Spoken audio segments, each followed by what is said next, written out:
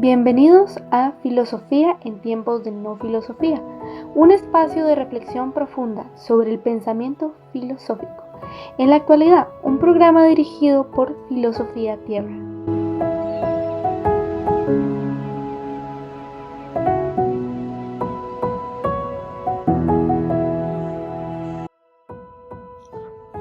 Si alguno quiere ser discípulo mío, olvídese de sí mismo, cargue con su cruz cada día y sígame. Mateo 16:24. Bienvenidos a Filosofía en tiempos de no filosofía. Mi nombre es Marco Antonio, estamos en el episodio número 290, día 13 de Filosofía del Lenguaje, y quería disculparme porque no estamos subiendo episodios. Estamos desigualados en el tiempo y vamos a tratar de igualarnos para que empecemos bien el mes de julio. Entonces todos los episodios posteriores a este van a ser cortos y de poca duración, pero muy precisos y profundos, y vamos a repasarlos de todas formas más adelante. Hoy nos toca Paul Grings, que nos habla de la comunicación implícita, ¿no? Ya vimos cómo el lenguaje es algo sumamente importante, no solo para la filosofía, sino que para todo lo social, para todo lo que conocemos, para todo lo que podemos hablar y entender siquiera, ¿no? Vimos con Russell y Gordon Frege que ellos se dieron cuenta de que las palabras no solo se referían a las cosas en el mundo, sino que tenían un sentido, ¿no? Y el sentido es algo que está mucho más allá del lenguaje. El sentido es la forma, la forma lógica, ¿no? La forma lógica de la realidad. Bueno, eso mencionaban los primeros, por así decirlo, padres de la filosofía del lenguaje. Tenemos ahí a Wittgenstein, pero más adelante podemos ver con los actos del habla que las palabras también hacen cosas, ¿no? Como los actos performativos que vimos. Entonces, hoy día vamos a hablar de Paul Grings, que él nos va a hablar de la comunicación implícita, ¿no? Nosotros cómo entendemos, más allá de lo que literalmente alguien nos dice, cómo entendemos eso, ¿no? Cómo vamos a hacer para entender aquello que se dice literalmente, pero tiene un sentido más profundo, ¿no? Por ejemplo, una conversación cotidiana, cada vez que decimos todo lo que queremos comunicar, a menudo decimos una cosa, pero implicamos otra. Por ejemplo, si alguien dice hace frío aquí, ¿no? Y mientras está temblando, entonces probablemente está pidiendo que se cierre la ventana, que se le dé un abrigo. Aunque no lo diga directamente, lo entendemos a esa persona. Entonces esa es la forma implícita de hablar, ¿no? Que se diferencia de la comunicación explícita. Lo explícito es lo directo, ¿no? Cierra la ventana, por favor, está haciendo frío. Lo implícito es lo escondido. Y en este sentido Paul Grings es un filósofo británico que nos ofrece una explicación sistemática de este fenómeno, ¿no? Y su teoría de la comunicación implícita, que muestra que la comprensión del lenguaje va mucho más allá de las palabras literales. Y Grings sostiene que los hablantes cooperan entre sí en la comunicación y siguiendo ciertas normas implícitas, y que los oyentes interpretan lo que se les dice en función a esas cosas o ese contexto o esas normas, ¿no? Y su trabajo evidentemente está relacionado con la pragmática, este estudio del significado en el uso del lenguaje, ¿no? Y porque va a demostrar también que el significado real de un enunciado muchas veces no está dicho, sino que está implícito, ¿no? Lo que realmente es el significado de una palabra, ¿no? De un enunciado. Y claro, esto es algo muy importante para el estudio del lenguaje, para el estudio de la filosofía, y lo podemos asociar también con el estudio de las sociedades, ¿no? Si pensamos un poquito más profundo, podemos dar cuenta que hay situaciones implícitas ya en la convivencia social. Por ejemplo, nadie te dice que te pongas perfume al salir de casa, pero implícitamente uno, cuando está en una oficina y todos están con perfumes, se echa perfume, ¿no? Y no se dice explícitamente, sino que es una regla implícita. Entonces en lo social también tenemos todo este aspecto, y evidentemente el contexto va a definir lo implícito en una convivencia, o lo implícito en las relaciones que van a tener dentro de ese contexto. Es muy interesante esto, porque Greens propone que, ya entrando en la comunicación, en esta conversación de dos personas, lo que decimos literalmente, podemos insinuar, podemos hablar implícitamente sin que hagamos expresión de aquello, ¿no? Y para entender esto debemos diferenciar entre 3 niveles de contenido comunicativo: lo dicho, que evidentemente es lo literal, lo explícito de un enunciado. Por ejemplo, Juan llegó tarde a la reunión, lo está dicho, es lo dicho, no es simplemente que Juan llegó tarde a una reunión sin evaluar causas ni consecuencias. Y este nivel es el más cercano a la semántica, porque el significado que las oraciones tienen ya está implícito, y bueno, no voy a decir implícitas, pero ya están dentro del significado del hecho mismo que ocurrió. Y luego el siguiente nivel es la implicatura, el implicar. Grimm agrega este término, ¿no? La implicatura conversacional, y es para referirse a aquello que se comunica sin ser dicho literalmente, pero que el oyente ya infiere racionalmente gracias al contexto, a las normas, lo que quiere decir. Por ejemplo, una persona dice, Amanda dice, ¿vendrá Ana a la fiesta? Pregunta, ¿no? ¿Vendrá Ana a la fiesta? Y una persona ve, Benito dice, tiene que trabajar. Entonces lo que ha dicho es que Ana tiene que trabajar, y lo implícito es que Ana por ello no va a venir a la fiesta. Entonces, y claro, acá tiene que haber siempre una relación, ¿no?, entre A y B, porque si no, no tendría sentido esta implicadura, esta forma implícita de decir que ella no va a venir a la fiesta. Tienen que estar siempre en esa relación de cooperación para que tenga sentido recién. Y tenemos el tercer nivel, que es el nivel más indirecto, ¿no? Greens menciona que es el insinuar, la insinuación, ¿no? Insinuar es sugerir algo de una forma ambigua, estratégica, muy vaga, a menudo para evitar comprometerse o para mantener la cortesía, ¿no? Por ejemplo, cuando decimos ese informe está interesante. Entonces, si lo decimos con diferentes tonos, como por ejemplo irónico, ese informe está interesante, o ese informe está interesante. Entonces ahí lo dicho, el tono, ese irónico o evasivo, cambia completamente el sentido, ¿no? Porque puede insinuar que el informe no es bueno, sin llegar a afirmar que es malo, evidentemente, ni implicarlo. Se puede implicar esto lógicamente según este tono, ¿no?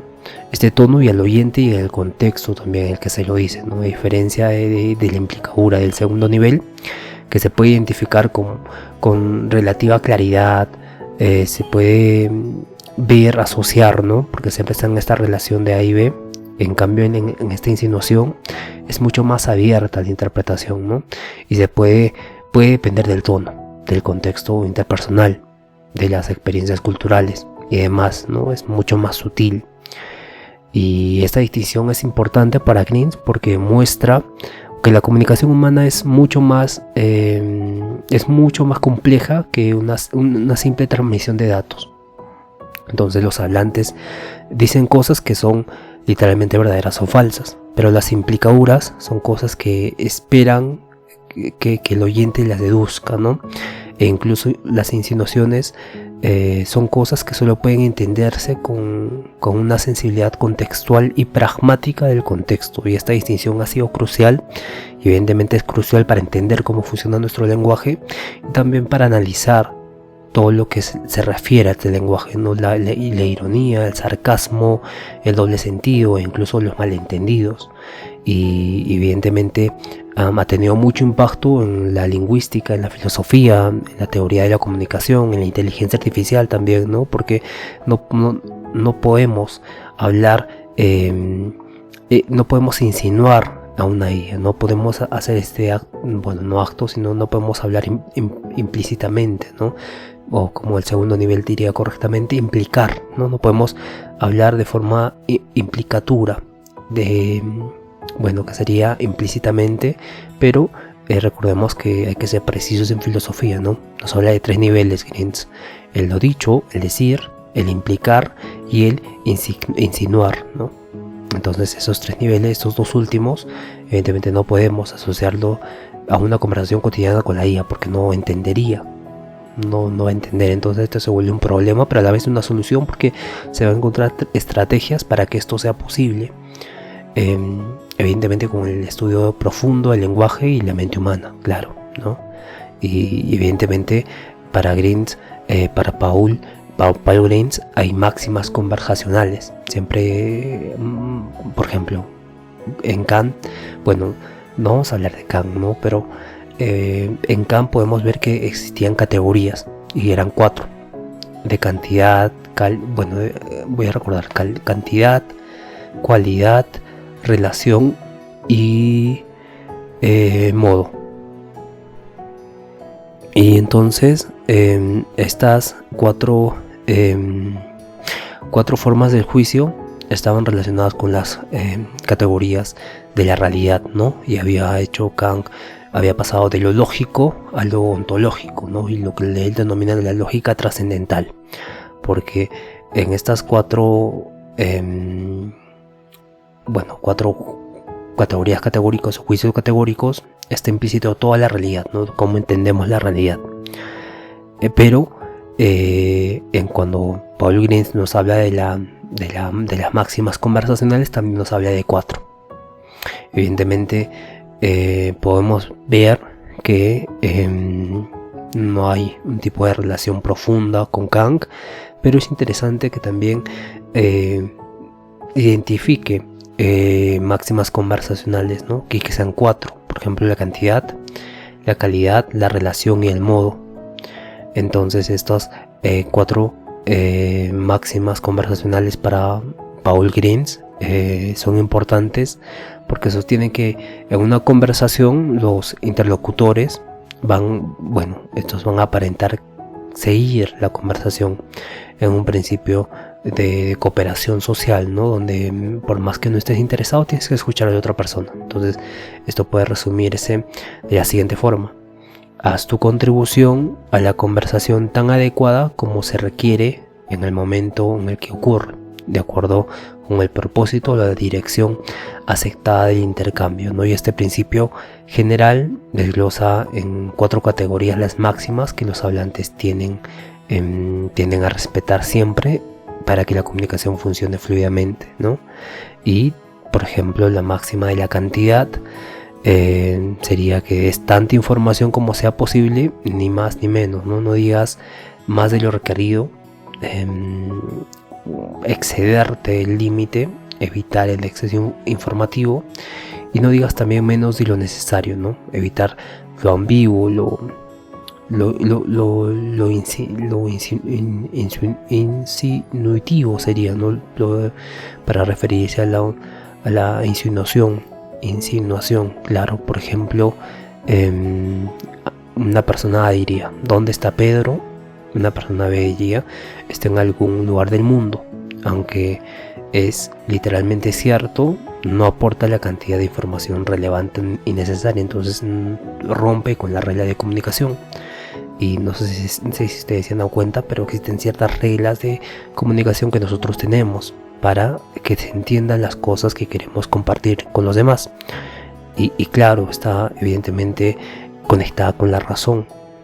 Y esto ha sido fundamental para todo el desarrollo posterior, porque recordemos que el lenguaje es algo que tiene más relación con el pensamiento que incluso los actos, y hablamos de los actos del habla también, con los actos performativos, que son evidentemente promesas, palabras y demás, ¿no?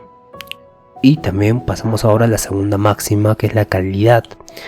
Esta regla que se brinda en las sociedades es: di lo que crees que es verdadero, no digas lo que crees que es falso, evidentemente, y no digas algo para lo cual no tienes evidencia suficiente. Por ejemplo, ¿cuánto mide la Torre Eiffel? Preguntamos esto, ¿no? Una persona pregunta esto, ¿no? Y una persona B podría decir 1000 metros. 1000 metros. Entonces, si B no sabe o está inventando, rompe con esta máxima, ¿no? Del tamaño de la Torre Eiffel. Evidentemente, ya sea por desconocimiento o por decir algo que no tenemos evidencia, por lo cual no tenemos evidencia. Y claro, ahora se rompe con esta máxima comunicativa. Podríamos decir más de 100 metros, que nos estaríamos aproximando a unos 312 metros aproximadamente.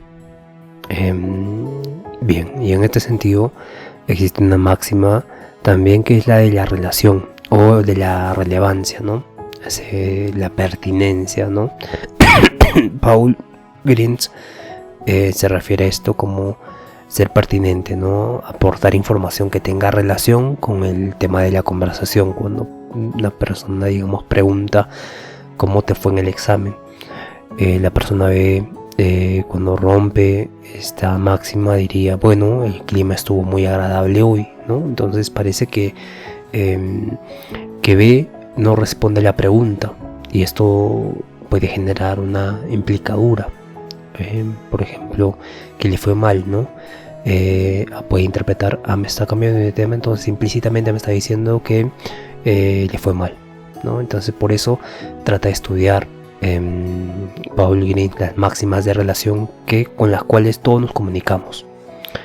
Evidentemente, esto no ocurre en casos muy diferentes, muy específicos, pero es algo que se tiene que estudiar para ver cómo ocurre la comunicación a nivel social, ¿no? Y cuáles son las reglas implícitas, ocultas, que están siempre detrás de nuestras conversaciones. La cuarta máxima es de modo, la regla del modo, ¿no? En este caso se refiere a que la claridad, ¿no? Evitar oscurecer, evitar la oscuridad en una expresión, ¿no? Ser breve también, evitar estas ambigüedades y sobre todo ser ordenado, ¿no? Y claro, cuando se viola esto, cuando se dice, por ejemplo, hubo una entidad que se desplazó en una dirección opuesta a la entrada del recinto, ¿no? En lugar de decir simplemente alguien salió de aquel lugar, hacemos todo un paracefreo de no ambigüedades, pero alargamos, no somos claros, ¿no? Se rompe esta máxima de modo, que Paul Green nos dice que en toda comunicación existen estas máximas conversacionales, ¿no? Que los interlocutores tienen, y se vuelve entonces un principio general de cooperación. Claro, cooperación comunicativa, evidentemente. Y evidentemente también juega un papel en lo social, porque limita los modos de hablar, ¿no? Aunque a nosotros no nos importe cómo en la práctica entender estas cosas, pero cuando los entendemos decimos: está sucediendo esta situación, esta máxima de expresión de Paul Green en esta conversación, y entonces es algo que tiene sentido para la persona que está hablando. Entonces se vuelve más consciente de cómo está hablando los demás, ¿no? Y claro, esto evidentemente tendría que ser mucho más profundo, o sea, me refiero mucho más expansivo en la difusión de este tipo de filosofías de conocimiento, pero es algo que en muchos países no se puede desarrollar correctamente.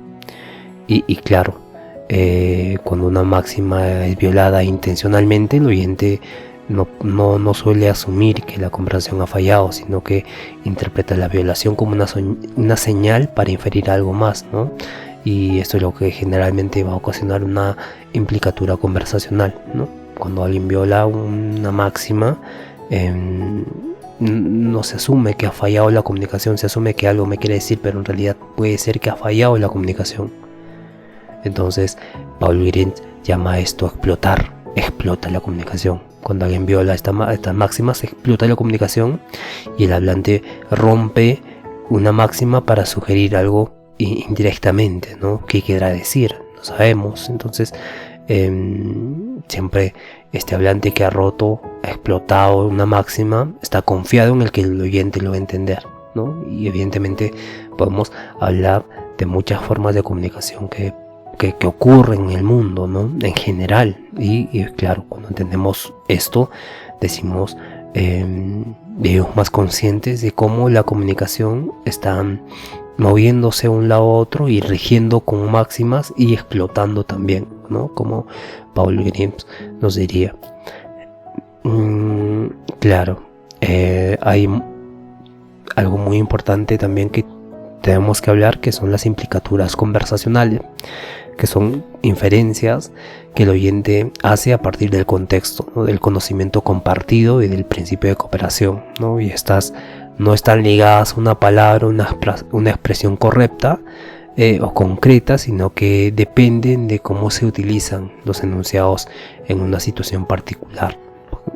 Claro, hay características, por ejemplo, contextuales, donde depende de la situación, depende del contexto conversacional. También la característica de los cancelables, donde se pueden anular sin contradicción las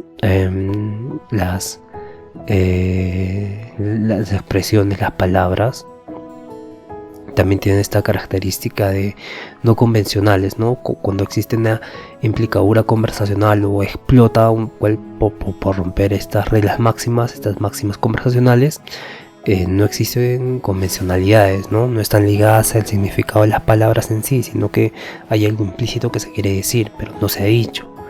Y no asumimos que la comunicación ha fallado, sino asumimos que hay algo que se quiere decir, pero no estoy entendiendo. Y claro, puede ser que la comunicación haya fallado, pero hay cierto tipo de margen para hacer o entender que algo nos quiere decir más allá de lo que no hemos entendido. Y también por ello va a haber dependencias del principio de cooperación, ¿no? Va siempre este principio de cooperación entre A y B, entre alguien que habla y alguien que escucha, es dependiente, son dependientes. La comunicación siempre es dependiente de la persona A y la persona B, siempre, ¿no? Y con esta dependencia también las máximas dependen de esta conversación, de esta cooperación. Por ejemplo, cuando una persona dice Juan es un buen estudiante, o mejor para que se aclare las implicaduras conversacionales, cuando alguien pregunta Juan es un buen estudiante y digamos está hablando con un profesor, ¿no? Su profesor.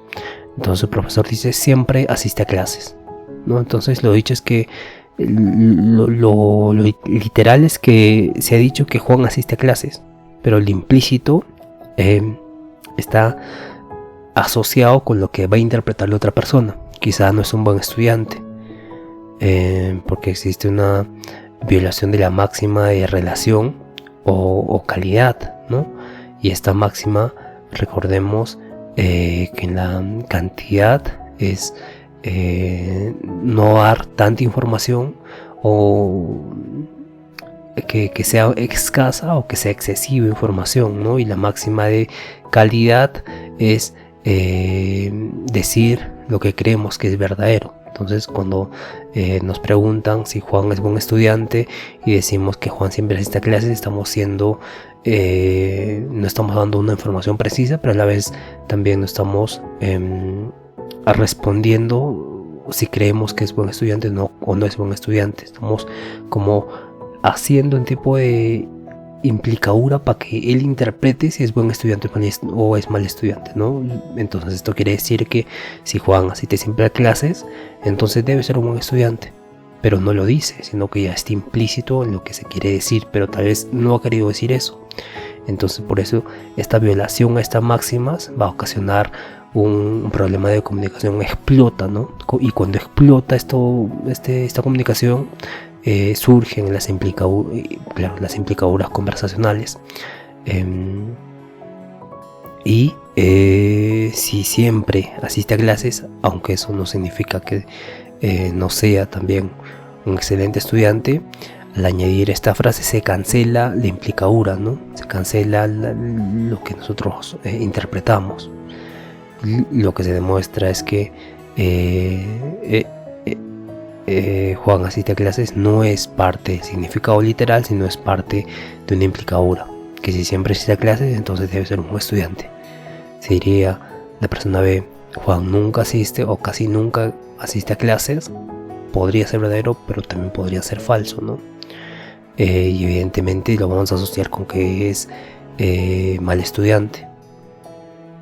Podría ser falso o verdadero que sea un buen estudiante, o que sea un genio que no le interese las clases, pero podríamos ver también que está ya implícito en la interpretación del que hace la pregunta, ¿no? Y ahora de estas implicaduras conversacionales existen unas implicaduras convencionales. Primero hablamos de estas implicaduras que aparecen en la conversación, y ahora vamos a hablar de estas implicaduras que hablan de las convenciones, ¿no? De las convenciones sociales, de todo este ámbito que está básicamente derivado, inferido, que está relacionado directamente con el significado convencional de ciertas palabras. Estas implicaduras derivan directamente del significado convencional de ciertas palabras, ¿no? No solo ciertas palabras, sino ciertas expresiones también. Y no van a depender del contexto, ni tampoco del principio de cooperación, ¿no?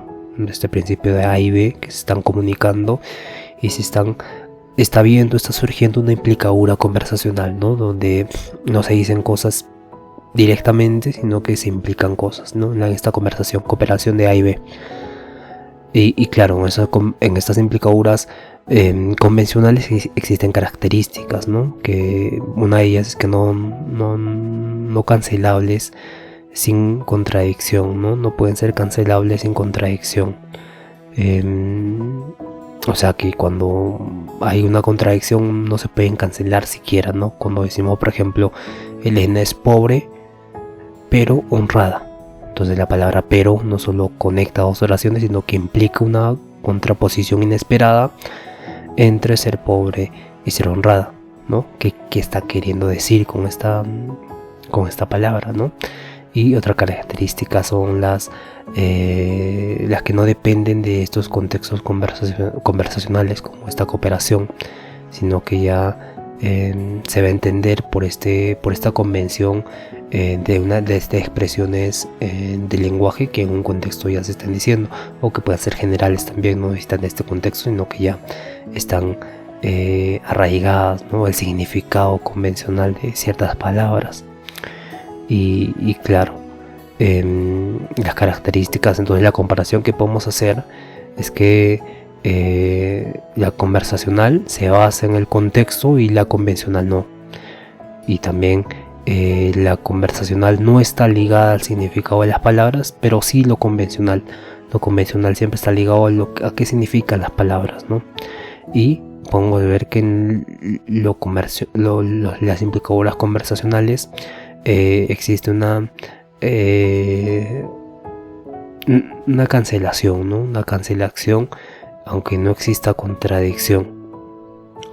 Por ejemplo, la convencional, cuando decimos es muy inteligente pero es perezoso, el pero ya implica una posición inesperada, ¿no? No puedes cancelar sin contradicción. Es muy inteligente pero es perezoso, aunque no hay ningún contraste en eso, suena raro, suena contradictorio, porque la palabra pero ya lleva consigo una implicadura, ¿no? Y en las convencionales podemos ver que estas expresiones lingüísticas pueden ser sin embargo, o también puede ser aún así. Entonces esto se refiere con esta parte de que no pueden ser cancelables, incluso cuando haya una contradicción. Paul Grims nos va a hablar también de estas fallas comunicativas, ¿no? Y que el principio de cooperación también, ya hablamos de que el principio de comunicación propone que el hablante normalmente sigue ciertos principios cooperativos, ¿no? Donde se ha mencionado más adelante su fórmula principal, donde es una regla, donde, entre comillas, cito textualmente: haz tu contribución a la conversación tal como si lo exige el propósito compartido del intercambio comunicativo, ¿no? Es como una regla. Y este principio se va a articular en las 4 máximas conversacionales que vimos: cantidad, calidad, relación y modo.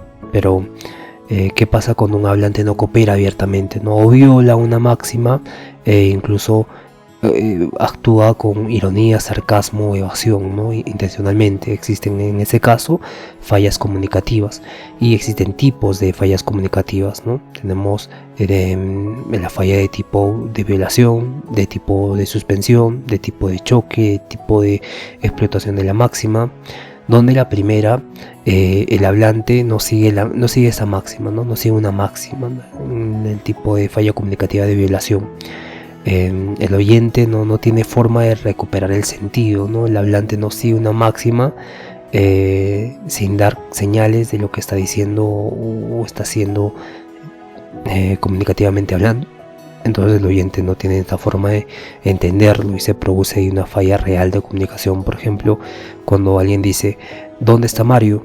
Y otro dice, ¿no? Literalmente, está en otro planeta, ¿no?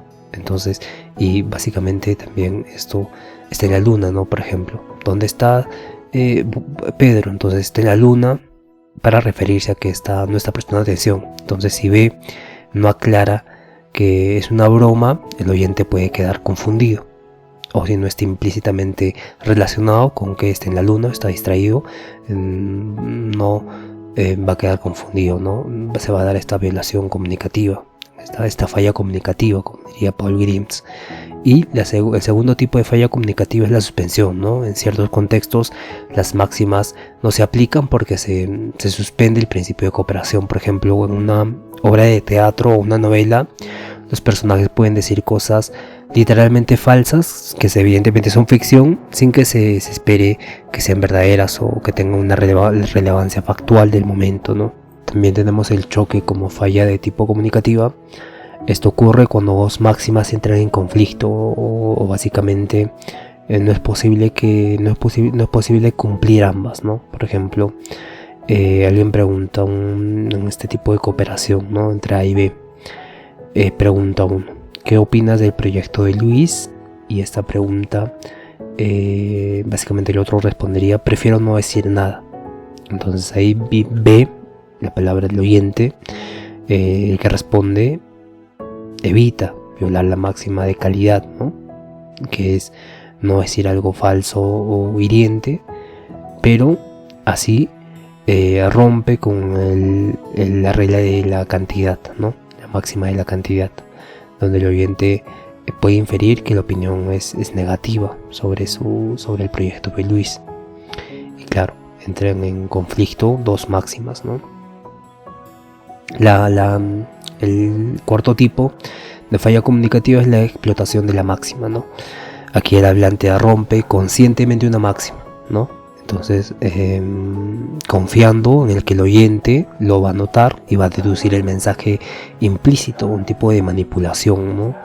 Y esto es clave en las implicaduras conversacionales. Por ejemplo, en una conversación A y B, ¿no? Una pregunta: ¿qué tal la película? Pregunta, ¿no? El otro dice: bueno, la fotografía era interesante, ¿no? De aquí evita decir directamente que la película fue mala, o sea, violando la cantidad y la relación, el principio de cantidad y relación, pero el oyente entiende la crítica implícita, ya que está tratando de decir, ¿no? Entonces, Grims muestra que la cooperación no es solo obedecer las reglas, nuestras máximas comunicativas, sino que también es jugar con ellas inteligentemente, ¿no? Y muchas veces la comunicación más expresiva, más rica, surge justamente cuando las máximas se rompen y ocultamente, implícitamente se están comunicando, ¿no? Por eso eso activa las ironías, las inferencias, los dobles sentidos, las críticas sutiles, y claro, Paul Green se da cuenta de esto y en resumen podemos ver que las fallas comunicativas no siempre implican que la comunicación ha colapsado, sino que hay algo implícito que ocurre y no se dice. Y esto en filosofía es muy importante porque filósofos como Heidegger, Kierkegaard, Hegel tienen este tipo de comunicación. No dicen explícitamente las cosas, pero